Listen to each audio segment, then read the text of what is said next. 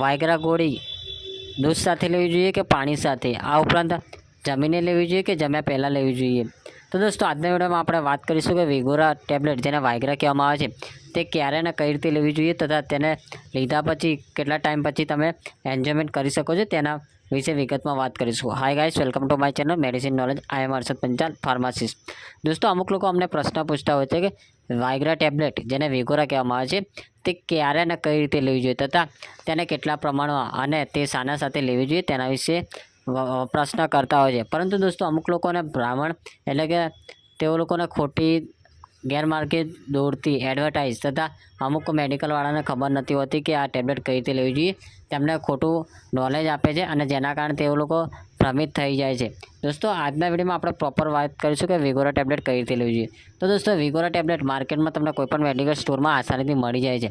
જેના પાવરની વાત કરીએ તો વિગોરા 50 mg, 100 mg, આ ઉપરાંત 160 mg અને 180 mg મળી જાય છે. જે 160 અને 180 mg છે તેની અંદર સિલ્ડેનાફિલ પ્લસ ડાપોક્સિડિન કન્ટેન્ટ મિક્સ આવેલું છે એટલે 160 mg અને 180 mg થાય છે.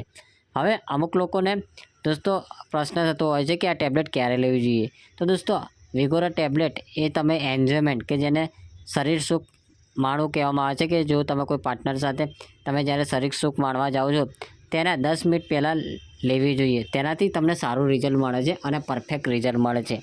આ ઉપરાંત બીજી વાત કરીએ કે આ ટેબ્લેટ કેટલા પ્રમાણમાં લેવી જોઈએ. તો દોસ્તો તમે જો ફર્સ્ટ ટાઈમ લેતા હો તો તમારે 50 mg લેવી જોઈએ અને જો તમને હેબિટ થઈ ગયો તો તમે 100 mg, 160 mg અને 180 mg લઈ શકો છો.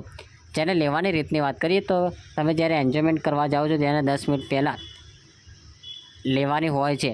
આ ટેબ્લેટ અમુક લોકો એવું કહે છે કે અડધો કલાક પહેલાં લેવી જોઈએ, કલાક પહેલાં લેવી જોઈએ કે 2 કલાક પહેલાં લેવી જોઈએ. પરંતુ દોસ્તો વિગોરા ટેબ્લેટ લેવાની સાચી રીતે 10 મિનિટ પહેલાંની છે.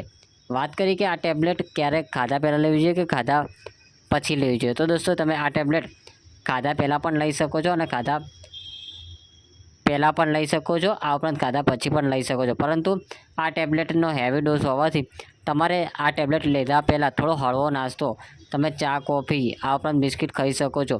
દોસ્તો બીજી વાત કરીએ કે આ ટેબ્લેટ શાના સાથે લેવી જોઈએ. તો દોસ્તો આ ટેબ્લેટ તમે દૂધ યા તો પાણી સાથે લઈ શકો છો.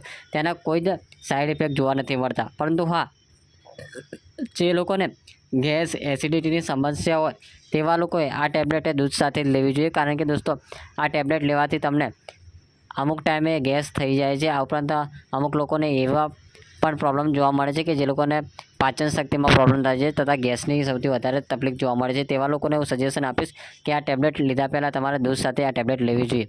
હવે દોસ્તો વાત કરીએ કે આ ટેબ્લેટ લીધા પછી કેટલા મિનિટ પછી તમે શરીર સુખ માણી શકો છો. તો વિગોરા ટેબ્લેટ એવી ટેબ્લેટ છે કે જે તમારી 2 મિનિટની અંદર બોડીની અંદર ઇફેક્ટ આપે છે અને અસર કરવા લાગે છે. જેના કારણે જે બોયઝ આ ટેબ્લેટ લે છે તેને 10 મિનિટ પહેલાં આ ટેબ્લેટ લઈ શકે છે યા તો 5 મિનિટ પહેલાં આ ટેબ્લેટ લઈ શકે છે. ના તો તમારે અડધા કલાક પહેલાં લેવાની જરૂર છે, ના તો તમારે 2 કલાક પહેલાં લેવાની જરૂર છે. પરંતુ જ્યારે તમે શરીર સુખ યા તો એન્જોયમેન્ટ કરવા જાઓ ત્યારે તમે 10 મિનિટ પહેલાં લઈ શકો છો. દોસ્તો વાત કરીએ કે વિગોરા ટેબ્લેટ લીધા પછી તમને સાઈડ ઇફેક્ટ જોવા મળશે.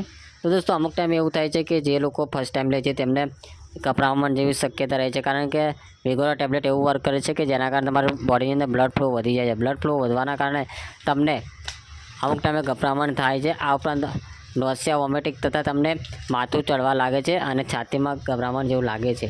તો દોસ્તો જો તમે કોઈ ફર્સ્ટ ટાઈમ વિગોરા લેતા હો તો તમારે 50 mg લેવી જોઈએ અને જો તમે સેકન્ડ ટાઈમ યા તો ગમે ત્યારે લો છો તો તમારે 100 mg, આ ઉપરાંત 150 mg, 160 mg તમે લઈ શકો છો. જેના કોઈ સાઈડ ઇફેક્ટ જોવા નથી મળતા. તો દોસ્તો આજના વિડીયોમાં આપણે વાત કરી કે જે કોઈને વિગોરા ટેબ્લેટ લેવી હોય તે ક્યારે અને કઈ રીતે લઈ શકે છે અને તેને કેટલા પ્રમાણમાં લઈ જોઈએ તેના વિશે વાત કરીએ. તો દોસ્તો મારો વિડીયો કેવો લાગે, સારો લાગે તો શેર કરો, સબસ્ક્રાઈબ કરો અને કમેન્ટ કરો. આવતા વિડીયોમાં નવા વિડીયો સાથે ફરી મળો.